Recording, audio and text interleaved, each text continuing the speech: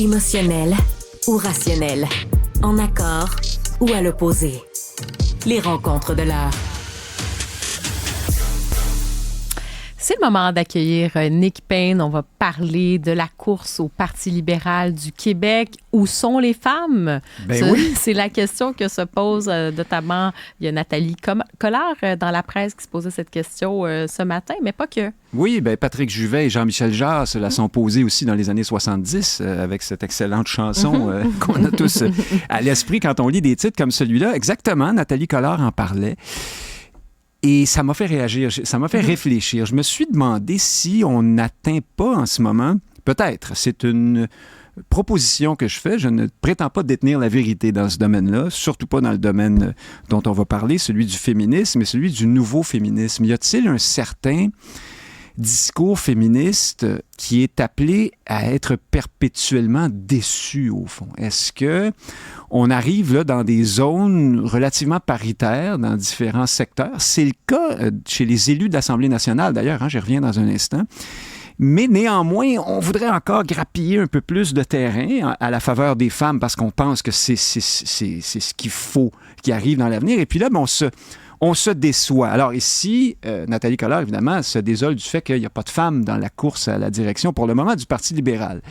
C'est vrai qu'il n'y a pas des Sophie Brochu à tous les coins de rue, l'ancienne patronne d'Hydro-Québec. Il faut trouver une candidate qui a à la fois la notoriété, les états de service, tout ça. Bon, il n'y en a peut-être pas qui sautent aux yeux pour le moment à disposition. Et Nathalie Collard demande, elle pose quelques questions qui, à mon avis, incarne bien peut-être ce féminisme, disons, culturaliste, qui voit toutes les disparités, les différences entre hommes et femmes comme émanant de la culture essentiellement et non pas peut-être comme étant simplement l'illustration de différences naturelles entre les hommes et les femmes et les aptitudes de chacun.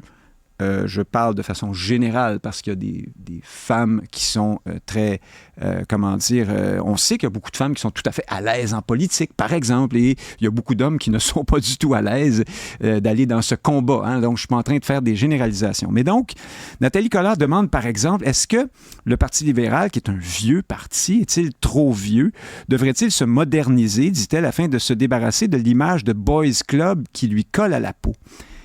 L'image de Boys Club, c'est quand même un parti qui a fait 2 conseils des ministres paritaires en 2007 et en 2008. C'est un parti dont le comité de relance là, actuel est paritaire lui aussi. Enfin, il y a un homme de plus, donc 6 femmes sur 13 personnes. Les 2 têtes dirigeantes de ça sont M. Pratt et Mme Nika Cadet, donc un homme et une femme. On parlait de la commission politique hier, Antoine Dion-Charest et Julie White, hommes et femmes là aussi. Le Parti libéral, c'est le parti de, ma foi, Lise Bacon, qui a été vice-première ministre du Québec il y a 40 ans. Il y a aussi Monique Gagnon-Tremblay, vice-première ministre 2 fois, en 1994 et 2003, ministre des Finances, présidente du Conseil du Trésor. Donc, il y a quand même des modèles pour les femmes qui voudraient se lancer en politique, d'un, et de deux, on ne peut pas dire que le Parti libéral est à la traîne, est en queue de peloton sur ce sujet-là. Les libéraux, et je termine là-dessus... Beaucoup de femmes ministres au fil des années. Ils ont fait élire plus d'hommes que de femmes en 2023. Plus de femmes que d'hommes. Oui. Ma foi, je me creuse un trou. Donc, 55% de femmes, c'est pas anodin, ça. Alors, j'en conviens.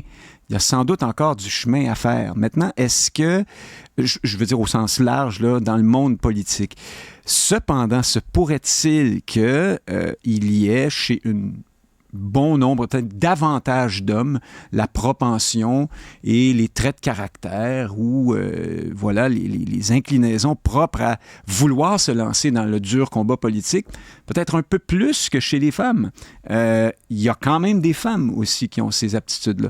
Est-ce que c'est possible que dans la nature là, des personnes, des humains, ce soit dans certains domaines plus favorables aux hommes, les hommes soient plus, attirés naturellement vers certaines choses que les certains diront femmes. Que la preuve que non, c'est qu'il y a plein de femmes qui ont fait de la politique. Mais il y en a toujours donc, un peu moins quand même. Oui, puis on pourrait dire après que c'est une question de conditionnement au sens que quand pendant des décennies, voire des siècles, ce sont des hommes qui étaient effectivement dans des postes de pouvoir, forcément, il y a les ce modèles. réflexe-là aussi, là, Ouais. ce réflexe. Et comme tu dis aussi, il y a certaines attitudes qu'on va mettre de l'avant, certains comportements qu'on va associer peut-être inconsciemment aux hommes Oui. et qu'on va tolérer moins ou on va percevoir négativement quand c'est une Oui, femme. la Tu sais, femme il y a- hystérique et l'homme déterminé, Oui, on fait tu sais, il y beaucoup, a cette beaucoup opposition. cette chose-là, effectivement. Mais ce sont un peu des lieux communs parfois. Oui, tu sais. c'est un lieu commun, mais des fois, c'est un lieu commun aussi. C'est pas parce toujours que faux, un ça- lieu commun. C'est vrai. C'est pas toujours, mais dans le sens que ces représentations-là, c'est vrai que ça colle à la peau. Moi, c'est surtout la réflexion sur aujourd'hui. Est-ce qu'on doit encore avoir ce même discours? Ah, les femmes, comment... Tu sais, alors que les femmes ont pris leur place. Tu sais, des fois aussi, dans ce cas-ci, on parle du Parti libéral du Québec. Est-ce que c'est vraiment parce que c'est le Boys Club ou tout simplement c'est que dans ce cas-ci, en ce moment, il y a des femmes qui ne veulent pas se présenter aussi, que c'est pas juste une culture du Boys Club. Moi, c'est peut-être plus cette question-là. Puis, je veux dire, je suis une femme, là, je trouve ça vraiment... Je pense que, oui, je veux des modèles féminins forts. J'en souhaite.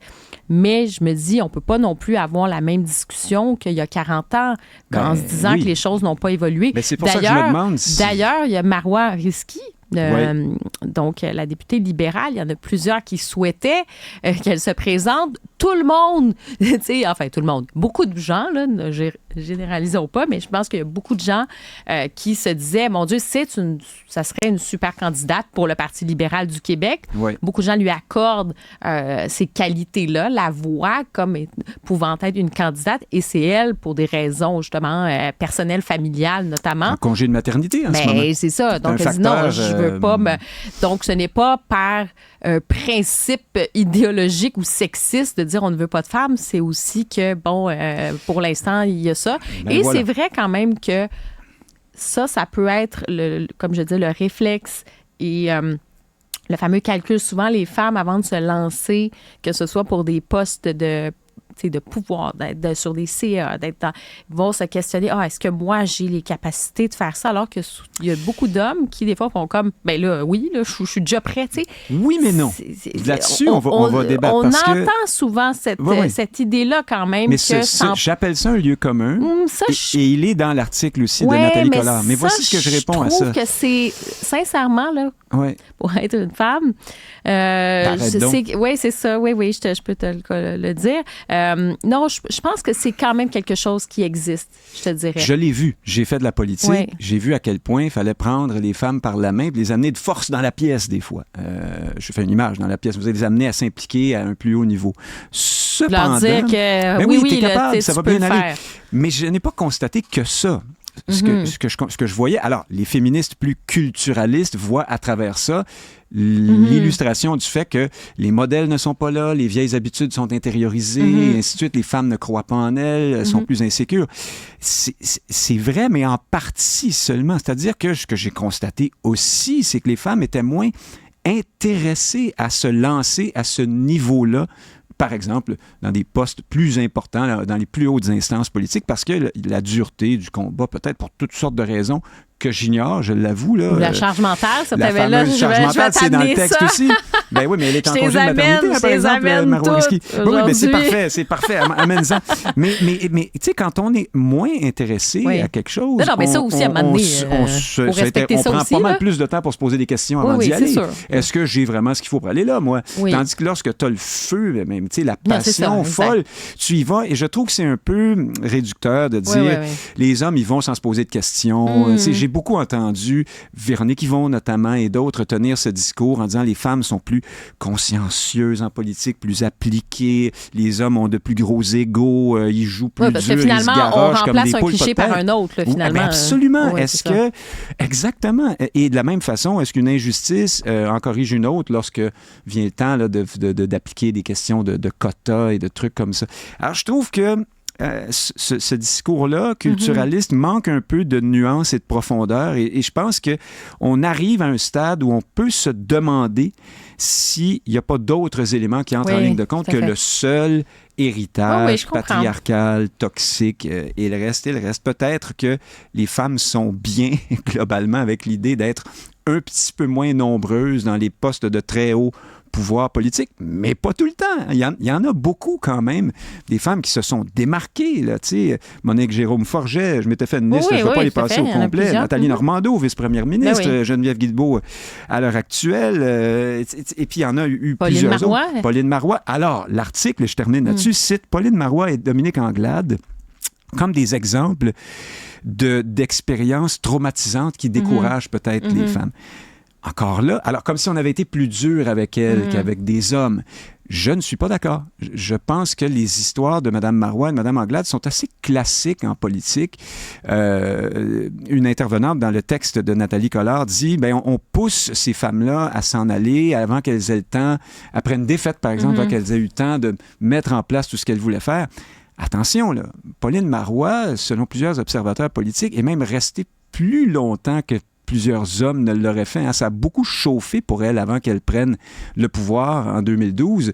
Une partie de son caucus était partie. Louise Baudouin, Lisette Lapointe, Jean-Martin Hossan, ça avait l'air d'une grosse crise. Oui. Beaucoup d'hommes auraient lâché le morceau à ce moment-là. Mais j'espère qu'on va vraiment, redonner les lettres de noblesse à Pauline Marois. Évidemment, c'est une femme très respectée. Pardon de dire ça comme ça. Qui a été première ministre, mais je trouve que, vraiment, quand on regarde son parcours, sa combativité, un attentat contre elle aussi. Un attentat, effectivement, très, très, très cette grave, tentative d'attentat contre elle, elle aurait pu vraiment, je veux dire, c'est terrible ce qui s'est passé, mais vraiment, là, et souvent aussi le côté force tranquille, il y a ça aussi.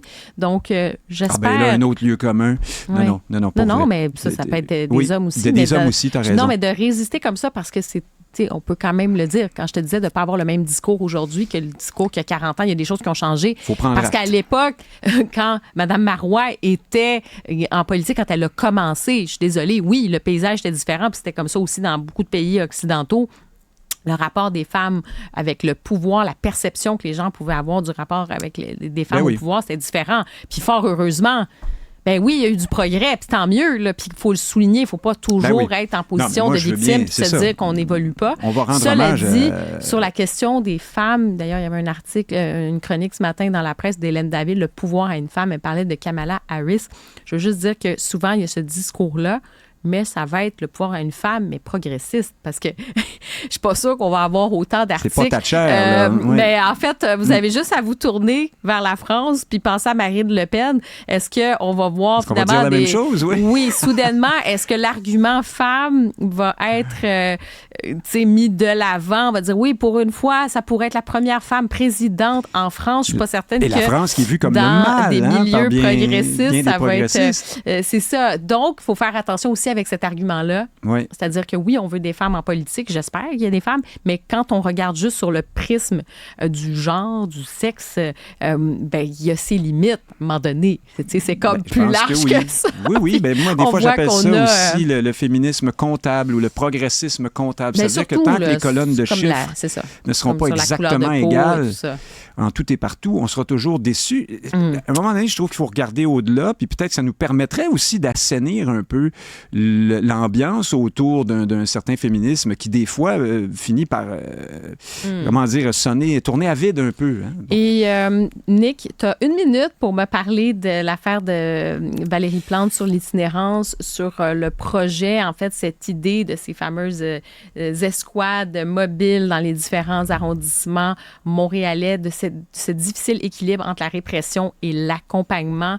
Et tu poses ces mots-là sont les miens, hein, parce qu'on les a pas entendus beaucoup. Oui, en quelques instants. L'escouade s'appelle l'EMIS, E-M-M-I-S, c'est un acronyme. Elle épaulera, alors regarde bien, elle épaulera les commerçants, je tire ça de la presse, et les citoyens lors d'enjeux de cohabitation avec des personnes vulnérables. Tout est dit dans ce jargon, dans cette formule. Moi, j'en suis, la compassion, puis... En même temps, dire qu'il y a cohabitation puis qu'il faut travailler sur la cohabitation, c'est un peu dire qu'on n'en sort pas puis qu'il y aura toujours plein, parce qu'il y en a beaucoup à Montréal maintenant, plein en fait, la personnes. Situation, c'est détérioré. C'est beaucoup détérioré. C'est ça, et tu regardes la littérature avant, pré-pandémie, là, puis universitaire, puis tout allait dans le sens de plus de compassion, de moins de répression, plus d'accompagnement. Mais on accompagne jusqu'où? Et est-ce qu'on n'a pas peut-être briser l'équilibre. Là. Peut-être qu'il y a beaucoup de nos concitoyens qui ont envie d'entendre parler de répression aussi. C'est peut-être surtout... faut sortir du monde de la rue plutôt que de les encourager. Non, mais c'est surtout, tu parles d'accompagnement. C'est qu'à un moment donné, il n'y a pas d'accompagnement aussi. Non. On fait juste dire qu'il y a de l'accompagnement. On n'aura jamais assez de monde pour accompagner tous ces gens-là non plus. À un moment donné, c'est ça. Il y a aussi le beau discours et la réalité. Alors, je ne suis pas sûr que cette réponse-là de Mme Plante, parce que c'en est une, un discours critique à l'endroit de son administration qu'on entend depuis longtemps maintenant, je ne suis pas sûr que ce soit la réponse qui va satisfaire le plus grand nombre, mais non seulement ça, qui soit la bonne réponse dans les circonstances. Nick, je te remercie, puis on se reparle demain. Avec plaisir. Salut.